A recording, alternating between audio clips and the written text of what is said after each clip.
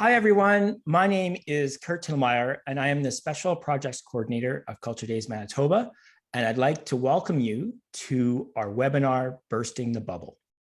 So this is an exciting webinar that we're offering. It has two parts, and the first part that we're hosting today is all about how to make the most with your online event. Okay, I'd like to start off today with a land acknowledgement, and Culture Days Manitoba is broadcasting from Treaty 1 territory on the original lands of the Anishinaabe, Cree, Ojibwe, Dakota, and Dene peoples, and the homeland of the Métis Nation. And we're humbly broadcasting from there. I'd like to do a couple thank yous. We'd like to thank the Manitoba Arts Council for supporting this initiative, and also thank our national office for helping kind of quarterback some of the technical aspects of this webinar. If you don't know lots about Culture Days, you might have joined and you're familiar with Culture Days, maybe not, maybe this is your first time. I'm going to give two websites here and you can check out what we do. Our festival this year will be taking place between September 24th and October 24th. And if you want to go to the Culture Days Manitoba website, you can go to it at culturedays.ca/en/MB. And if you want to find out more about Culture Days in general, we actually have a national site. It's a national initiative, and our national site is culturedays.ca. Okay, so how did we all get here at an online webinar about online events? I think we all know the answer to that question. It is the pandemic. And Culture Days as a festival really shifted quite fast last year to online events. And I think we all know why. We couldn't gather in person. Culture Days Manitoba, we had 61 online events last year. 18 of those were rural and 43 were in Winnipeg. And this made up about 50% of our events last year. In prior years, online events made far below 10%. So it just tells you how the pandemic has shifted so many things we do in the cultural sector to online events. And that's why we're happy to share this and hopefully provide some insight on how to do a successful online event. A brief overview is that of this webinar, I'm going to give a little talk. I'm going to focus on platforms. What different technological platforms are there available for events? And I'm just showing a very basic few. There's many, many out there. I'm going to profile what are the aspects of these different platforms, and we'll just go through that and analyze them. And after me, we have a great actor and teacher from Manitoba Theatre for Young People, Spenser Payne, and she will be talking about how to move an in-person program online and the challenges that she's had with that, and also, of course, the successes of it. So we thank you for joining us. After both of our presentations, after mine and Spenser's, there will be questions, and we would love engagement. So let us know if you have a question. At the bottom of your Zoom bar, there is a question and answer box. You can tap your questions in there. We have people moderating that, and we will get to every question. We will try our best. And if you have just general comments, you can just use the chat at the bottom of the Zoom bar as well. Okay, well, without any further ado, let's jump right in to this presentation on platforms. I'm just going to open it up here.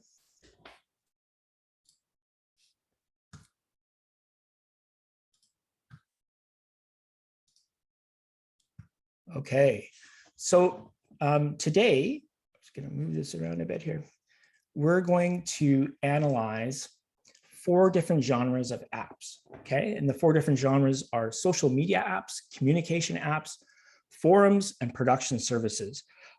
We do want to make sure this forum doesn't get too long and this chat doesn't get too long. So if I find that the time is really getting eaten up with questions and stuff like that, I may skip the last one today, production services, but this presentation that you're going to see right now, we have a PDF. So please reach out to us and you can get it all on a PDF and you can review it afterwards. Okay, let's jump right in. We have to make 2 quick disclaimers when we're talking about these different apps. Firstly, we don't endorse and we don't represent any of the apps that we're going to discuss here. This is just to give you some information on how to get started. And the second disclaimer is that some of these apps are totally free. Some of them have fees and so forth. We're going to talk about what's free and what they charge for, but we're not going to discuss prices, and I won't be answering any questions about is it a value or not. That's something I think you need to decide, but we're going to definitely talk about what your budget is, what's the best app for you, and things like that. Okay, so we'll go on to the next one. And okay, technology overview, where to start? Which platform is the right one for your event? So we're going to do it with 4 different criteria. Firstly, we'll discuss what kind of platform is it, social media, digital form, etc. And how much technical experience do you need to run these things? We'll discuss that. We'll also talk about what are the costs associated with this platform. Does it cost money, and can you make money off of it? And finally, we'll compare the pros and cons of each app. On the third point there, I just want to make sure that everyone knows that Culture Days events are always free, but some of these apps allow you to share your content for free. And then if people are enjoying it, they can add a virtual tip into the tip jar, and that goes directly to the artist. So it is possible to have that feature in Culture Days events, but just for the record, we only do free events. These are the different apps that we'll do, and I'm just going to jump right in here. Okay, the first 2 events that we're going to do, the first 2 apps rather, are the 2 biggies. It's Facebook and YouTube. Now, both of these offer a really viable options to do events. Let's analyze them. Okay, Facebook is a social media platform that allows you individuals or organizations to stream from their profile or their group Facebook page. Something important to know is that the way Facebook works is that if you want to view a Facebook event that's online, you have to be a member of Facebook. There's no fee for this, but that's how they set up their live events. How much technical experience do you need? They're quite slick in how they set it up. You can be novice, you can have a profile, there's a button that says go live now, and boom, you're streaming from your phone or your device. It's very straight ahead. They also offer a separate page that maybe not everyone knows. It's called Facebook Live Producer. And this is for more intricate events. It's simply you go to this page, you log in through your profile, and you can have more sophisticated broadcasts with multiple guests. You can choose the resolution that you shoot out. You can do all these different, more technical, sophisticated aspects. So they offer 2 avenues there. There's no charge to stream from either of these options, whether you go live now or whether you do the producer page, there's no fee. And Facebook does offer a paywall. They started that during the pandemic. And this is a quote from their webpage: with paid online events, you'll be able to create your event, charge people to attend your event, and promote it to your audience and customers and host all in one place. That wouldn't work for a Culture Days event, but we just want to give you information that there is an option there as you're considering this. And I'd also put a little thing about their policy for if you do choose to monetize through their event. It is quite complicated, and I've given a link. So please review that before you consider doing it. What are the pros and cons of Facebook? It's free. That's a great feature of Facebook. It offers 2 technical pathways, the novice to advanced. It's great for interaction. People have profiles, they can comment on the video, they can share that video with their friends. You can kind of gain an audience that way. It's quite great that way. And it's a pretty easy to use large help index there. The cons is that only Facebook members can watch. It is possible to take the stream key from Facebook and send it to your web page, but you're getting into a more technical savvy approach, just to be aware of that. Their monetization is complicated, particularly when it comes to licensing. So if you do go that route, please check it out before you host your event. And you're always at the mercy of Facebook's algorithm. No one really quite knows how it works. So if you don't pay for an ad, there's not a lot of guarantee that you're going to get tons of reach. Okay, the next one is YouTube. So we probably all know YouTube. It's also a social media platform, but it's definitely video based. And a great feature, unlike Facebook, is that anyone who puts on a YouTube event, you can share that URL to the event, and they don't have to be a member of YouTube. They have to be a member and signed into YouTube if they want to chat, but anyone can view it. So if you have a huge email list that you want to send this event out to, you can push send, people click the link, and they can view it. There's no sign up or password approval or anything like that. They go right to the event. Just like Facebook, they offer a go live feature, which is basically you click go live and boom, you're going from your phone or your device. And they also offer their creator studio, which allows more processing and more complicated productions. Okay, monetizing on YouTube, it is a big topic. They offer a sophisticated approach to monetization. There's actually 5 different ones that you can choose. I've listed them here, and I've also listed the support for Google that gives way more explanation. I'm not going to go through all of them, but I do want to point out the merch shelf here. So if you hold a Culture Days event and it's totally free, you can offer the artists that you're displaying on your live show that there's a merch shelf. So if they're an artist or if they're a band that has sweaters or something like that, people can view the content totally free. And if they want to support the artist, they can click on that and support the artist. So that's a great feature. The pros of YouTube, it's totally free. That's great. And anyone can watch it. They don't have to profile to view. They don't have to have a profile to view the broadcast. Sorry, a bit of water here. The events are interactive. The moderator can talk back to the people watching, and it's easy to share the URL. They do also offer 5 different ways to monetize on your content.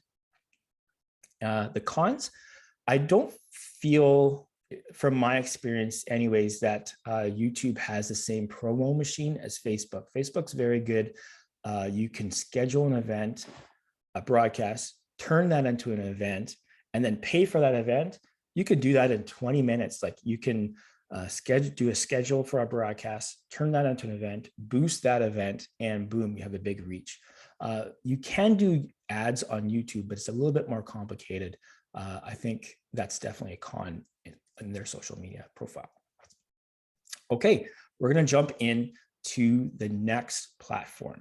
I'm just going to check out some of the chats here. Okay, all right. All right, so I'm just seeing this. Great. Okay. All right. All right, so we're going to go through. The next is, what kind of platform is Zoom? So these next 2 that we're going to compare is Zoom and Microsoft Teams. So I call these communication platforms because it's really what they do. Zoom provides video telephony and online chats services through a cloud-based peer-to-peer software program. And I think we all have a clear understanding what Zoom does. Like many tech platforms, Zoom offers communication solutions for organizations with limited experience. So you don't have to be a computer programmer to work Zoom. And like many platforms, they also offer options to make it more sophisticated. So I think that's a great attribute of Zoom. Okay, we're going to go into Zoom is a host. You can host up to 100 people for 40 minutes for free. So there's no cost for Zoom in that way. There's no fee ever to attend a Zoom. So if you get invited from a host, you never have to pay if they've given you the invite. Zoom has a variety of plans for individuals, small teams, and small businesses. So their scale goes up and down. And I've given you the option here. You can click on that and check out the pricing. Zoom is not well known for in-house features to collect monies to join a webinar. You could use a third-party app if you wanted to. And I just put down here at the bottom that just last month, Zoom started partnering with PayPal, and they seem to be working towards having where you would pay to join a webinar all in Zoom software. So that's something to consider. The pros and cons: as an easy to use interface. It's an industry leader for chat meetings, for video chat. The resolution is quite good, and you don't need tons of bandwidth to get decent video. I think they've done really good with that. And there's no ads or interruptions. With Zoom, it's very easy to make it exclusive content.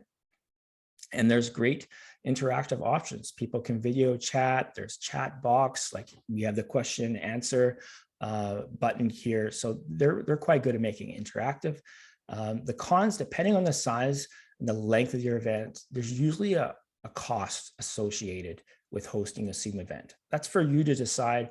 but most people are paying for Zoom when you get invited to an event. And unlike social media, there isn't the built-in promo machine. You have to use Facebook or some other social or your mail list or what have you to promote it.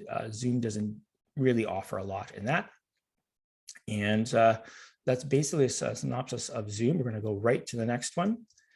And that is Microsoft Teams. And Microsoft Teams, Microsoft Teams is a collaboration app that helps a team stay organized and have conversations all in one place. And do you need a lot of tech experience for Teams? It doesn't present a lot of sharp corners for learning its interface. You can do video chat pretty good when you first start out. It is different than Zoom, just so you know. So don't make that mistake that you will know everything from Teams right away. It is different. One thing about learning the tech side of Microsoft Teams, if you're used to other Microsoft programs like Word or Outlook or PowerPoint or what have you, the interface is the same with all Microsoft programs. So you kind of understand where the help button is and things like that. But it's not that complicated. I wouldn't say it's an advanced program. There's Microsoft, just like Zoom, it offers 100 attendees for a limited amount of time. And you should check out their webpage about the freebie version. So they do offer one. But again, like many times, if you're attending a Teams event, it's usually someone is paying for it. It's much more comfortable to do that way. And if you upgrade and pay for the app, your amount of attendees and the length of the meetings become much larger to unlimited. And Teams doesn't really deal with monetization at all. So there's not an option for that. Oh, and the pros and cons. The basic version is free. So that's a great part, and it offers a fair amount of connectivity. If you're used to Microsoft, it's good. It's got great security features. The cons, it's designed for more smaller groups. So if you have a huge event, maybe Teams isn't the best for you. There's no option to monetize. And it can be difficult if you want to connect many apps to one broadcast. Microsoft doesn't do a great job of that. They prefer you just use Microsoft programs. So that's kind of a con. Okay, the next we're going to jump into, I'm just going to check the time here. Okay, so we're going to jump into forums. So the two forums we're going to profile here is Discourse and Reddit.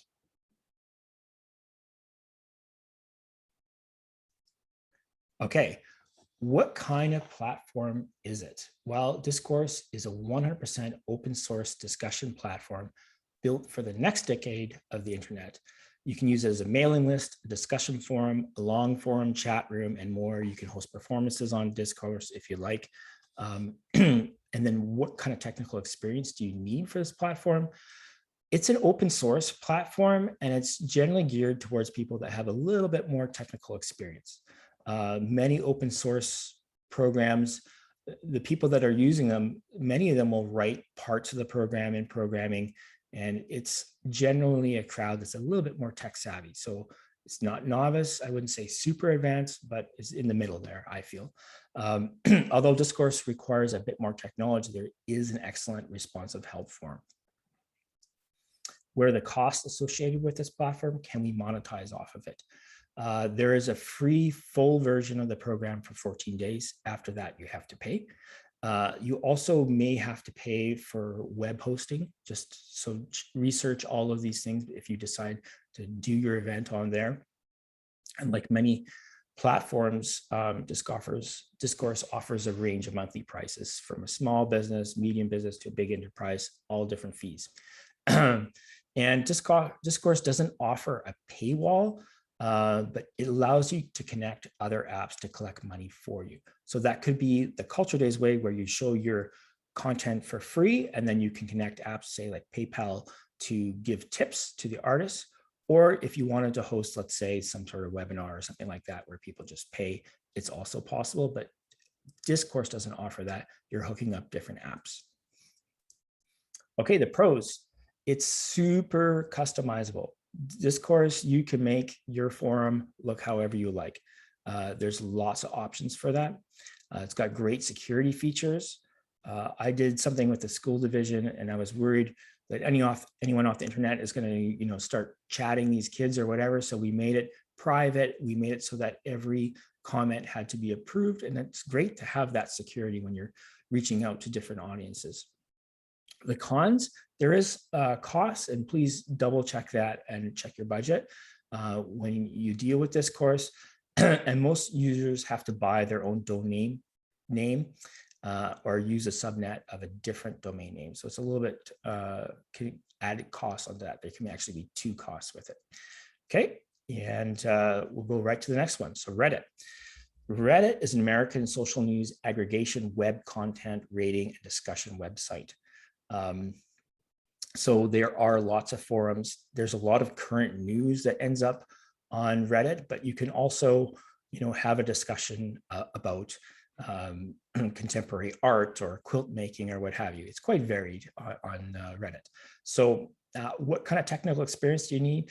They're really good at appealing to the novice. You can get set up with Reddit and post forums quite quickly. So that's great. It has a built-in interface like that.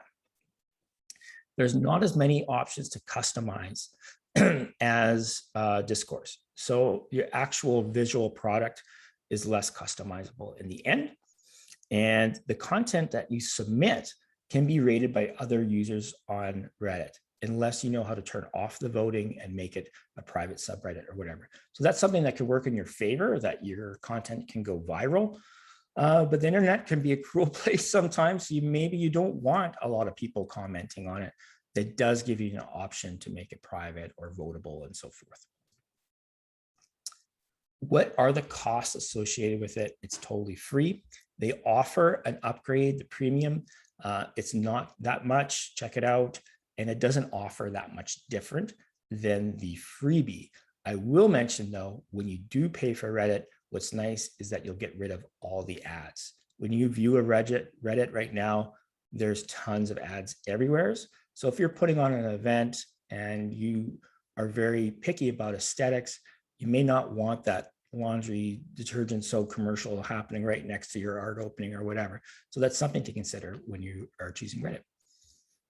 The pros of Reddit, it's totally free for topic hosts and users. You can go viral quickly, and it has a great interface. Definitely con is the ads everywhere. And if you're interested in monetizing, there's not really infrastructure for that, and there's less customizable options for the aesthetic of your forum. Okay, I'm just going to check the time here quickly, and we've got the last two. I'm going to just speed through these, and then we'll take some questions if there's any questions. So the last two here are OBS Studio and Restream. So these are production apps. So everything that we've done up to this point is an app that actually, that's where your event ends up. These two production apps, people don't access OBS to watch or Restream to watch. What these do is they produce your stream, and then you shoot it to some of the other apps that we've profiled or different ones. Just to go through this quickly, we're going to jump right into OBS. And OBS is an open source platform. Again, as with all open source platforms, you have to be a bit more technical savvy, I find. But there's also great tutorials. And the sky is kind of like the limit with many things. If you want to customize it, someone's always writing a new program or plugin for OBS. You can do a lot. And if you just do adding the apps, if you pull down a menu, you'd be amazed at how many apps that you can connect with this thing.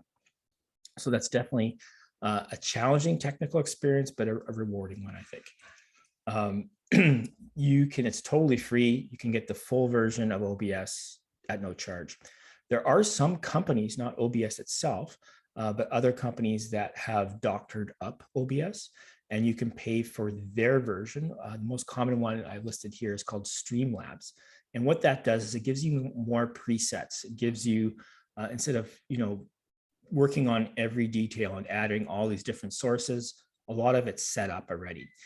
So you can pay for OBS. You don't ever pay OBS because they're totally free, but you can pay other companies that use OBS and give you the presets. And OBS is great for the Culture Days form of event where you want free people attending and watching for free, but they can also accept tips from artists. And there's a host of different apps that you connect for that.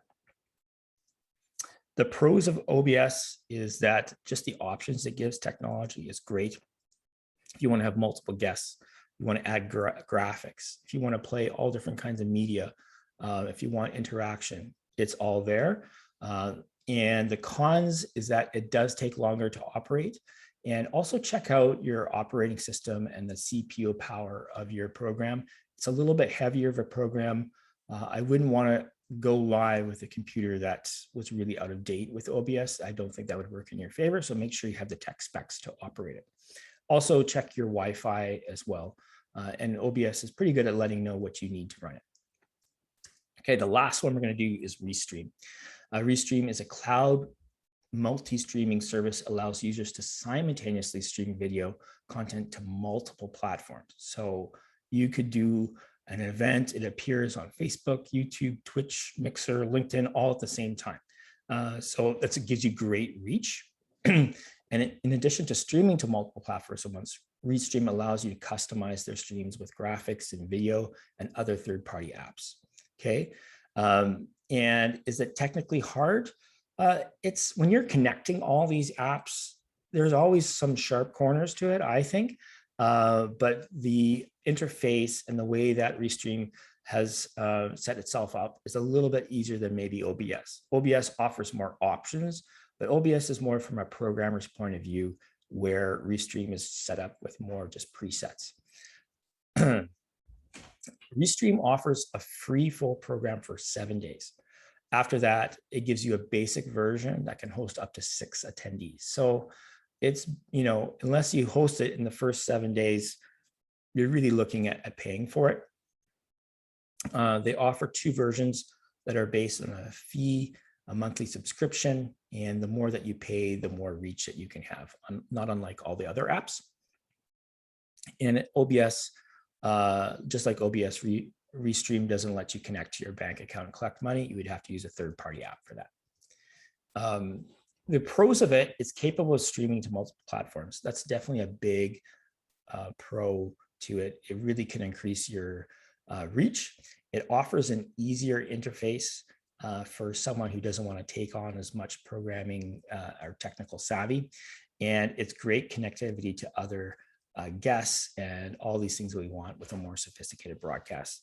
The basic plan, it would be very hard to do it, I think, in 7 days to learn it and go live unless you're really tech savvy. So you're looking at a fee here and not as many custom options for graphic design or banners and images and stuff like that. And make sure to check your operating system. Again, with this one, they have a Restream that can go on your computer, but also web-based. So just make sure your internet settings, your Wi-Fi, and your operating system are all compatible with that. Okay, and that concludes my app profile. If you have any questions, please let me know. I'm reading some, I'm reading some questions here. So, and then there's Jen's telling me that there's no questions at the moment. So maybe if you have questions, you can ask me at the end. I'm going to go into the next part of our webinar. I'm very excited to promote a well-known teacher and actor and a member of Manitoba Theatre for Young People. And she will be presenting our next part of our webinar. Her name is Spenser Payne. She's a graduate of the University of Alberta's Bachelor of Fine Arts acting program and has been creating theater ever since. In 2013, Spenser co-created the all-female clown company, the Talentless Lumps, and has been in the last 6 years, training and experimenting in buffoon performance and play creation and studying clown with the duo Mump and Smoot, John Turner and Mike Kennard. Along with her clown partner, she formed the Red Nose Diaries, creating clown theater that has hit the Winnipeg Fringe and the Canada Summer Games. She has been lucky to perform and tour with Manitoba with Prairie Theatre Exchange, the Munch Busters, The Good, the Bad, and the Munchtopia, and across Canada with Green Kids Solo Puppet Show, Wild Wilderness. So we're very excited to have her, and she's going to give you a presentation on her experience with online events. And without further ado, please welcome Spenser Payne. Hello, everyone. Thank you so much, Kurt. So hi, my name is Spenser, and when I'm not doing all of these fantastic things that Kurt introduced me as, I'm also teaching drama, and I teach drama across Winnipeg, but mostly primarily with Manitoba Theatre for Young People at this moment. So Manitoba Theatre for Young People is that beautiful, colorful building when you walk into the Forks. And if you walk past the front of the building, we've got big, giant windows. And I encourage you to take a peek in, because you might see a couple of lingering set pieces or a class in progress. So you might see a dragon coming out of the walls, or a bunch of students in interesting shapes in a pre-pandemic world. And if I had ever thought, like if you had ever said to me in 2020 or 2021 that I would be teaching drama primarily online, I would have laughed and I would have screamed, because I wouldn't have thought it was possible. And I'm here to say that I was gladly proved wrong with that. And I ended up having a lot of fun teaching drama online, and really found a way to make it all work for us at Manitoba Theatre for Young People. So a couple technical things. Manitoba Theatre for Young People primarily used Zoom. So as a teacher, I am very comfortable with Zoom at this moment, because that is the tool that we all decided to use. We have 4 classrooms at M2IP. So it's easy to create 4 Zoom accounts where each account corresponded to each classroom, which was a way to cut the cost a little bit on that. And also, when we were doing the flip-flopping of we are not too sure if we're going to be in person or not, it also created a timeline on who was using what computer at what time, or what account at what time in our own personal space. We also had about an hour staff meeting before we all dove into teaching online, and played around with the app before we dove in teaching. So I'm here today to teach, to share some tips that I have learned this past year and a half with you, and also to hopefully share and inspire some icebreakers that you can use with your team as you move to an online program. So the first tip I have for you today is space. It is so easy to get stuck in your computer when we are on an online platform. And this was something that I found very challenging in the beginning of, how do I get the 6-year-old in the computer screen across from me focused in playing a game with the whole group? And the answer to me was using the space.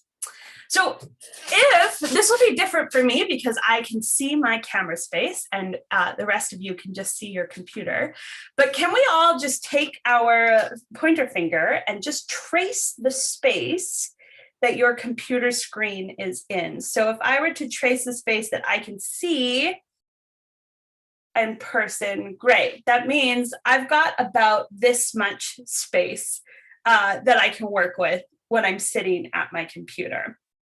However, we also have space around us, in front of us, and behind us. So I encourage you to get everyone to stand up for a moment.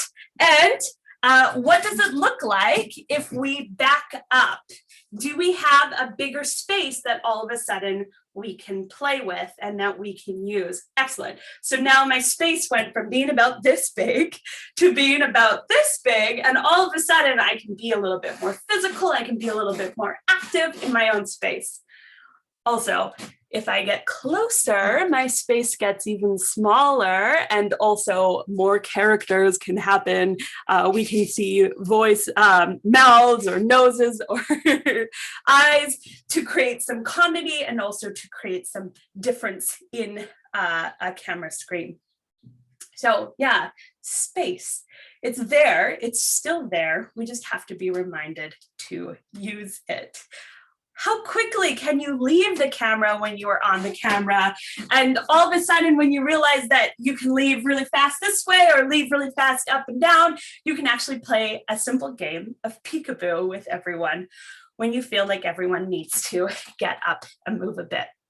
So I would say, here's a short game of peekaboo that you can play to get people moving. You're allowed 2 people on screen at one time, and they're only allowed to stay on for 3 seconds. But there always has to be 2 people on screen. So that means if one person disappears, someone else should be popping up. And so all of a sudden you're playing kind of a game of groundhog with your colleagues to help you move. So use that at your will to remind you of space. Another tip that I have found very useful is voice. Now, I have the advantage that I'm a drama teacher. And so when we are meeting in person, we have to use our voice nice and clear and loud to hit audiences in the back row so that they can all hear you. And as soon as we translated into an online program, all of a sudden, all of my students who used to speak nice and loud and brave because we were in a big space, spoke really quietly and used their indoor voices. And with indoor voices, we also have a muffled voices, and you couldn't understand a lot of things going on. So I started all of my sessions and all of my classes with a nice vocal warm-up, reminding students and participants of their full vocal range. Very simple, where you can have what the sound that comes on top of your head, sounds that come from your noses, sounds that comes from your heart, your bellies, and your whole lower half of your body, and also adding tongue twisters to the beginning of each of my session for everyone to say. So using a simple tongue twister like Peter Piper, pick to peck of pickled peppers, or a more creative one. I did a lot of like online searching of fun tongue twisters, and here is one of my favorites. So please repeat after me. I saw a kitten in the kitchen eating chicken. Let's repeat that 3 times fast, focusing on those K sounds. I saw a kitten in the kitchen eating chicken. Pardon me. I saw a kitten in the kitchen eating chicken. I saw a kitten in the kitchen eating chicken. Excellent. See, because I didn't properly warm up my voice, I am now having vocal trouble. Pardon me for just 1 second.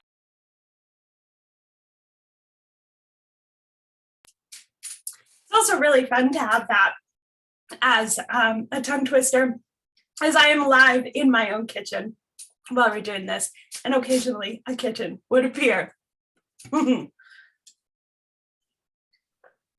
tip that I would have for you to use are tools. So as a teacher, I'm used to working with certain tools that I would have in my own classroom. One of those being a whiteboard. So quickly, I could on Zoom share a screen and share my information to my students, which would work perfectly for my teen students or my preteen students, and utterly confuse my students who are under the age of 8 or even under the age of 6. But something that I found pretty universal was taking something that I always use as a teacher, like a whiteboard, and still using it how I would use as a whiteboard. It was less distracting for me as a teacher. So I felt more comfortable and more in my space. and also less distracting for the students because it's not weird for a teacher to be using something like that. So taking the tools that I'm comfortable using and still applying them to being on Zoom creates that familiarity for me, and it makes creating a program for Zoom or for online way less overwhelming for me as the teacher, and therefore making me a stronger teacher because I'm using what I know. I'm also a complete nerd who has a bunch of little nerd toys around my desk that I found I would use quite often as we were going around for examples or to help explain an exercise. Quite often BB-8 would play a game with me, or I would use one of my Playmobil toys that I have around my messy desk to help explain an exercise to a student, and so on and so forth. Also asking the students to use some tools. So a great tool for me was a scavenger hunt. It's a great way to create some movement, again, in a space. A great icebreaker to go, please go and grab for me something that is the color orange, and waiting for everyone to then appear with the color orange. Or grab for me something that is the color blue, and coming back up with something that is the color blue, and then using those in creative ways and improv ways that we would normally do in person, but now also using the tools that they have around them. And they're always very interested in showing off the cool objects in your space. Or please go put on something in your closet that you love, and create a cool costume and create a cool character. I had a student show up one day ready for the pool, and she fully had a pool noodle around her all day. And it created this fun character that she then used for the rest of her, of the class in this cool character. Tip number 4, movement. So I quickly switched all of my exercises to involve everyone in my class moving. I found when you're teaching drama online, it is easy for one student, when they're overwhelmed, to just walk away. It's less easier when everyone is staring at that person, waiting for them to participate.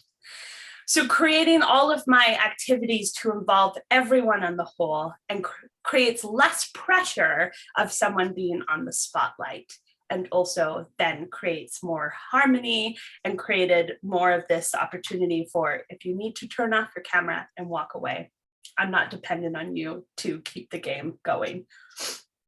We can do all. So a game that I would usually play in my classroom is a game called What Are You Doing?, which involved sharing activities and the other person responding with the activity and then changing the game. And I quickly had to change that to involve everyone. So here's a great little icebreaker that you can use with your group. It's a game called Anyone Have a Game? And it works like this. Someone shouts out, anyone have a game? Another person should raise their hand or just shout out on their screen or write in the chat, I do, and propose a game that we can all play in our imaginative space.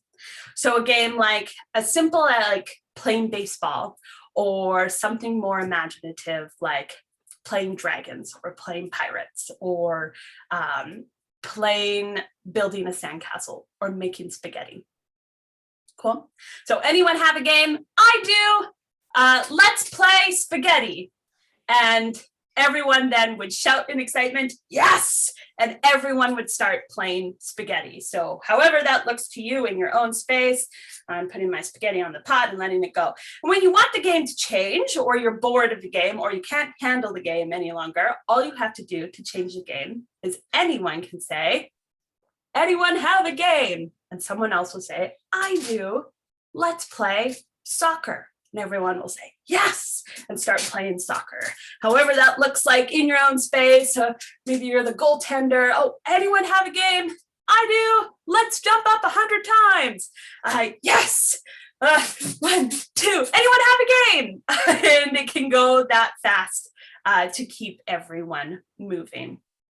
So creating games, creating exercises that involved more movement than I normally would have as a teacher, less talking, more movement, so that we are all present in our own space.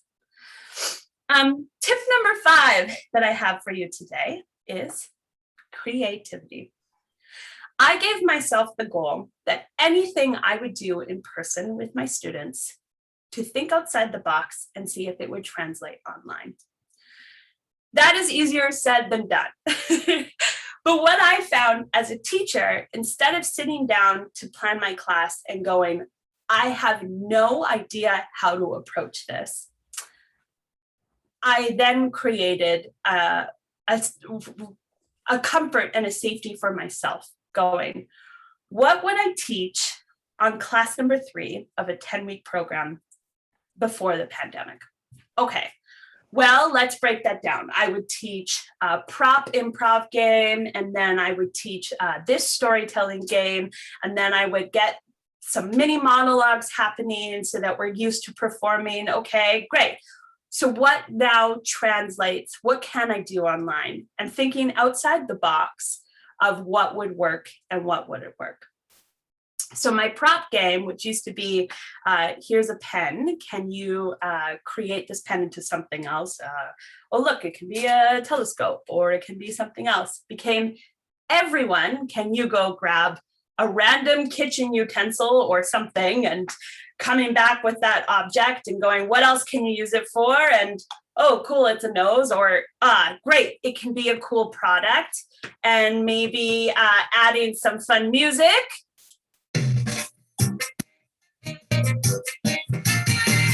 And all of a sudden I could host my own talk show of cool inventions created by these kids, because that is something we're used to seeing on screen.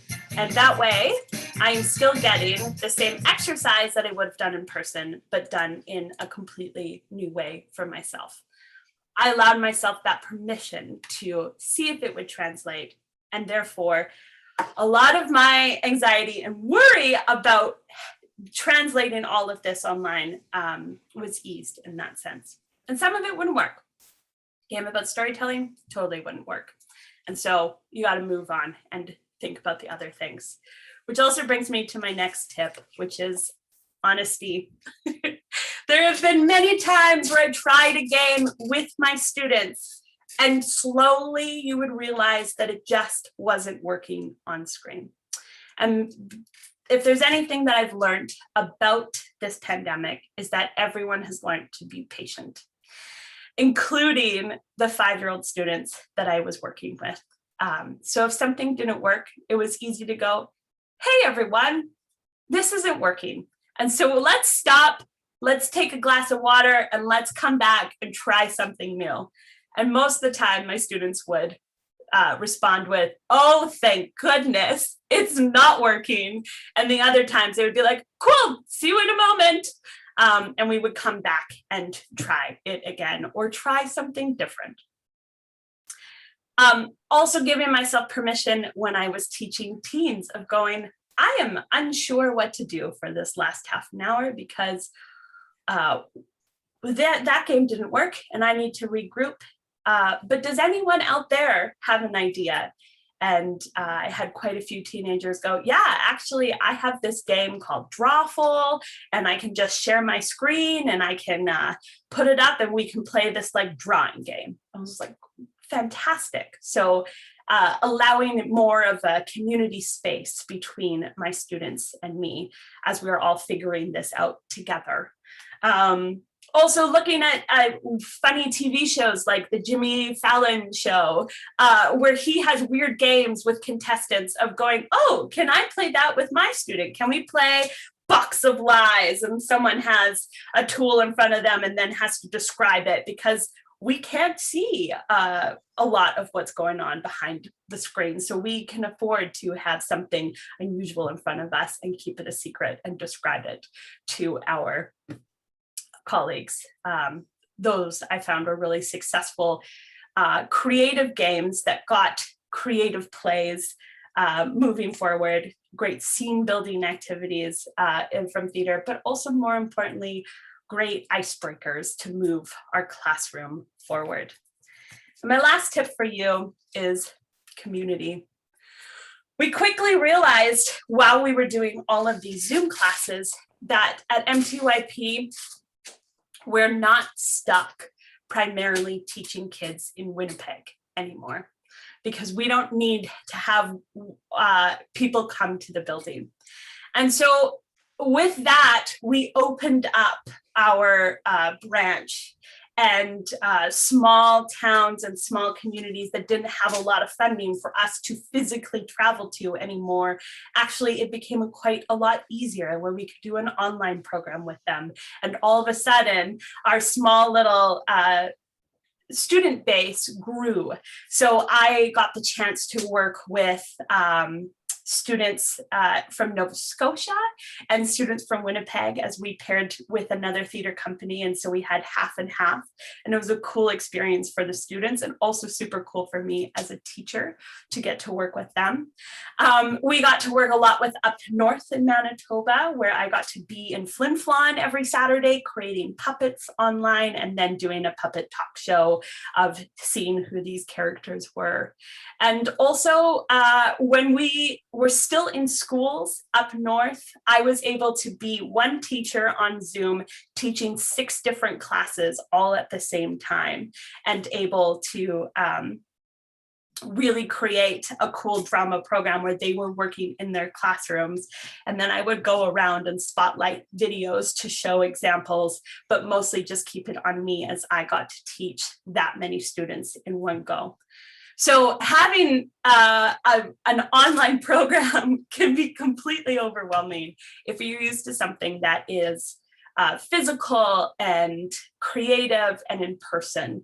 But slowly and surely, actually I wouldn't say slowly, I would say quickly, you'll discover that using some of these things like space and the tools that you're used to using so that you have some comfort, a lot of this can translate online for you to keep that movement, keep that creativity, but that also your creativity and your movement can really grow outside of things, and students and people from different communities can come together and are able to see how it works in other places and see what other spaces look like and how other communities look like.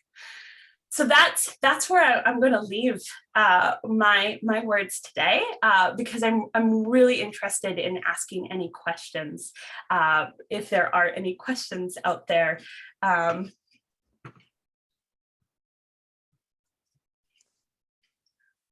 Cool. So I see some comments, and I guess I'm not. Are there any questions out there?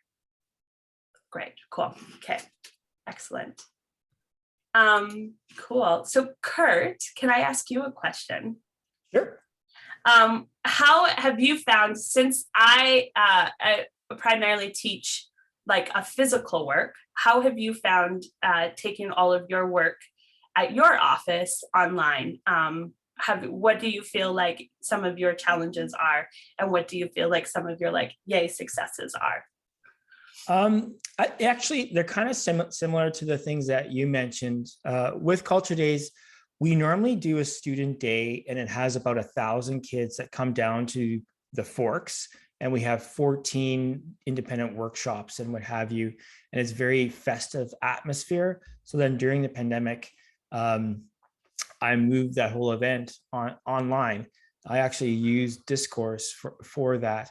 And the challenges was to kind of just let go of the festival feeling, to understand that it's not going to work online. That was definitely a challenge, because we're very much hands-on, huggy, feely festival, in my opinion. So Totally. we had to let go of that. But once we let go of it, the truth is we actually had more engagement taking that relatively large event. Once we put it online and we spread it out over a month, we got more engagement. And not unlike you, we had all kinds of people join that normally would never come down to the Forks. People from northern Manitoba, we had registrants from Ontario, British Columbia, Alberta, Saskatchewan, and that was exciting. And it was nice to see all those people engaged. And if there's one thing that I think that we're going to do something similar this year, because school divisions are so challenging with COVID. So Culture Days has decided to do our student program online. And something that we want to improve on this year is a little bit more engagement from the classes. And but overall, it was a daunting task, but a happy result at the end. I feel like it's been very similar with us. So it's cool to see that, like, from two similar worlds, but also from two completely different standpoints, that we have been operating in a similar way, where you have to let go of the control that you need to have when you would normally run a workshop or Right. a thing, and just kind of follow the path that it's naturally taking. And I don't know about you, but I'm finding, like, what I'm missing personally in person are the things that I'm starting to now incorporate that in my work as a teacher as well. So, for example, Manitoba Theatre for Young People did a 2-day did a day Pride workshops. And so we just had a bunch of students join us for just a quick 1-hour drama workshop on Pride Day, or what normally would be Pride Day. And Right. I'm missing a parade, and I'm missing the fun dance parties of those elements. And so I ended up making that part of my class, of, like, go and grab that fun outfit that you would like to wear at a parade. And now it becomes the cool, like, what cool character walk can we have with our parade while we dance to some music? And can we create like characters and scenes this way? And I had a student fully dress up like a pirate. And how exciting was that you can go, oh, wait a second, these are the things that I'm missing personally too. And I can throw that into my work, because chances are, if one person is missing that, other people are as well. Yeah, and Spenser, we actually have a question coming in here. I see that. Teresa is asking, which platform do you like the most? Well, I'm most comfortable with Zoom. I've figured out how to use Zoom. I've learned how to use breakout rooms, and also we have a waiting room system at MTYP. So that's how we could create some privacy. And now I've started using waiting room in my exercises. Like, we could plan something and then send someone out in the waiting room, and they can come and guess to see what we are. But I have used Teams, and I like Teams for how easy it is to use as a student. I still haven't figured out how to see all of my participants. Where Zoom, it's just like they're all there. And that's really easy for me. I've also used something like GatherTown, which I thought was really exciting, but we're getting into a whole other level of complicated tech stuff, where Zoom for me is the easiest. I can see everyone nice and clear, and it seems to be the easiest for other students to do. Like, I had 5-year-olds on an online. Yeah, that's a challenge. Yeah. And all of a sudden they taught me how to use Zoom. We had a constant chat of completely misspelled words, but the students were enjoying that, and enjoying the freedom that they could have with reactions and other stuff. So I like Zoom, but I think that's also because I invested the time in fully learning Zoom, and I'm still really new to Teams. Okay, great. I think we're coming to the end here. So before we kind of sign off here, please ask us more questions. We love answering them. So this is your last chance. Don't be shy. But I do want to thank Spenser very much for joining us today. I found that really interesting. I like your concept, and even the way that you presented your talk. It was very creative, and a lot of things I've never thought of before for hosting online events. So thank you for that. I do want to mention to everyone that this is actually a 2-part series. that's entitled Bursting the Bubble. And this is the first part that obviously focused on online events. We have the next part is kind of the more hot topic in Canada right now with events, and that is how to host in-person events as a pandemic fades. So we are seeing in Canada more and more arts organizations opening up their venues and theaters to audiences, and it's exciting, it's awesome, but there's lots to consider, and not just of course, we're a national organization, so every province has different health regulations and so forth. But we're going to talk about the communication on how to get people to come to your event. This is exciting, but also please be safe and understand to follow public health guidance always. So that's what the next one is going to be. It's going to be October 24th, and it's completely free. Before we sign off here, I'd like to thank everyone for attending. I'd like to thank MTYP, who has always done ed programs. It was great to work with Spenser. I'd like to thank our national office, Fernanda Sierra, who's quarterbacking the tech side right now. I'd like to thank Jennifer Cheslock, who is our general manager at Culture Days, and she gave some time today to help take care of all of these questions and comments. So thank you very much for joining us today. If you have any questions, I think you have my email for follow-up. And I hope you all have a fantastic Tuesday afternoon. Bye for now.